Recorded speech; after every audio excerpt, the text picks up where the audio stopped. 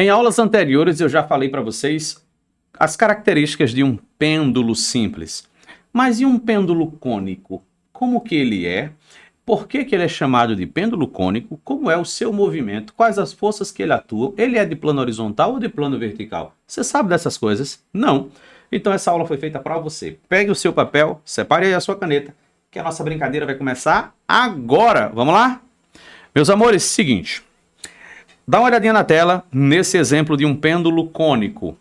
É um pêndulo que, além da gente puxá-lo assim, ó, lateralmente, a gente puxou aqui e jogou ele assim, ó. E aí ele faz esse movimento que desenha esse cone que você está vendo aí, ó, tá bom? Então ele é chamado de movimento cônico devido à sua forma geométrica. Uma outra coisa sobre esse pêndulo cônico, deixa eu pegar aqui, ó. É o plano. Olha o plano onde ele está. Ele oscila em um plano horizontal. Então esse é o plano por onde ele vai estar oscilando. Esse é o círculo que ele vai desenhar. Então o centro é esse aqui, ó. A força centrípeta tem que apontar para esse centro. É diferente do pêndulo simples, que a gente considerava lá em cima. Não era assim? O centro? Mas ele não vai ter movimento circular em torno desse ponto de cima, mas sim em relação a esse pontozinho que está aqui embaixo. Então vamos já preparar aqui para a gente desenhar as nossas forças, tá bom? Vamos começar aqui desenhando a força peso. A gente já vem aqui no centro do nosso objeto, bota a força peso aqui para baixo. Professor, essa seta verde é o quê? É a velocidade, tá bom? A setinha verde que você está vendo aí é para dizer que é a velocidade, que é para você ter uma noção aí, ó, de sentido do movimento, tá bom? Então tá aí, ó. Isso aqui é a força peso. Agora, qual é a outra força que nós temos? Nós temos a força de tração. Vamos desenhar a força de tração. Vamos desenhar a força de tração de que cor? Vamos de verde. Tudo bem? Vamos desenhar a tração de verde.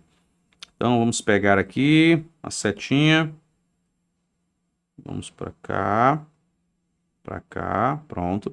É claro que a força de tração, ela não deve ser desenhada necessariamente no centro do objeto, mas na corda, na extremidade da corda. Eu vou desenhar assim só para fins de facilitar a geometria da figura, tá bom? Agora, olha o que é que eu quero que você perceba. Cadê a força que aponta na direção do centro do movimento circular? Pronto. Se você não percebeu, vai perceber agora. Vou botar aqui de marrom, só para variar um pouquinho. A decomposição, olha o que eu vou falar, a decomposição de qual força? Da força de tração. A força de tração, ela tem uma componente para cima. Vamos ajustar aqui, ó, ela tem uma componente aqui para cima. Deixa eu duplicar. Ela também tem uma componente aqui para o ladinho. Pronto. Então vamos dar nome. Sim, aí o peso tem que diminuir, né? O peso então está muito grande, ele vai ter que diminuir para se anular com aquela que está lá em cima. Então vamos aqui, ó. Vamos fazer as nossas considerações. Peso, tração, tração Y, tração X. Pronto, agora você já sabe que a tração Y se anula com a peso. Tração Y e peso se anulam. E aí o que é que vai sobrar? Tx. Tx é a força resultante justamente que está apontando na direção do centro desse movimento. Então, se essa Tx aponta para o centro do movimento, ela é a força centrípeta. Então, vamos aqui às nossas considerações. Vamos lá. Força centrípeta desse exemplo, força centrípeta, é a componente da tração que está na direção X. E para descobrir isso, eu preciso de um ângulo. Olha onde foi desenhado o ângulo aqui em cima. O ângulo com a vertical. Vamos pegar esse ângulo e vamos transpor ele para dentro do nosso pontinho aqui, ó. Para dentro da nossa figura. Ele, olha para essa linha cinza que tem aqui do lado, tá vendo aqui, ó? Pronto. E olhe para o TY. São paralelos. E eles são cortados pela corda. Então esse ângulo que tem ali é esse mesmo ângulo que está aqui, ó. Tá bom? É esse ângulo aqui, ó. Esse é o ângulo θ. Fez sentido para você, não fez? Então, o Tx, ele é a componente que está com o ângulo ou é a componente que está sem o ângulo? Ah, professor, mas teve uma outra aula que o x era com o ângulo. Por que que agora o x está sem o ângulo? Porque não é o x que determina o ângulo. O ângulo foi determinado geometricamente. Eu fiz a dedução e notei que o ângulo que está desenhado na questão é o ângulo que está com o TY. Então, o que é que você vai aprender aqui? O que é que você vai observar nessa nossa análise?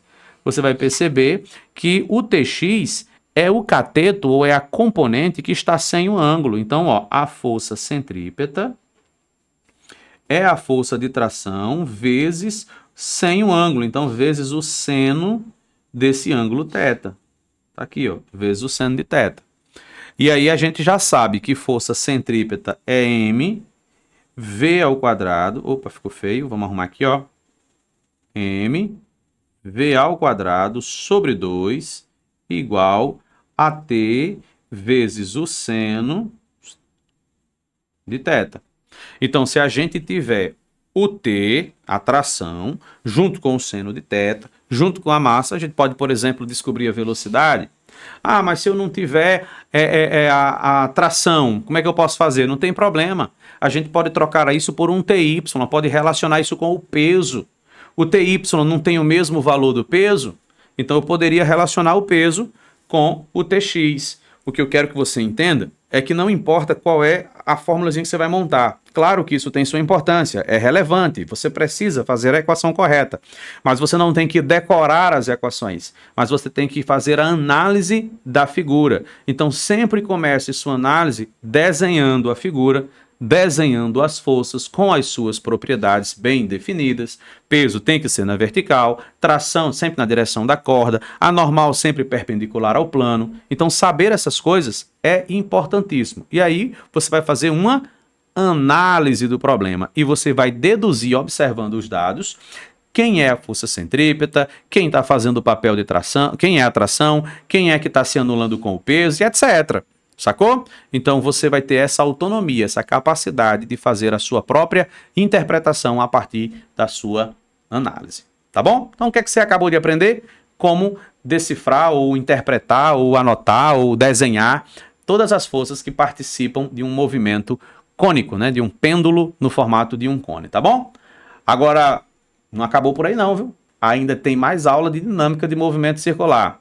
Fique atento no canal, se inscreva para ser notificado assim que essa aula estiver disponível. Cheirão para você, forte abraço e até o nosso próximo encontro.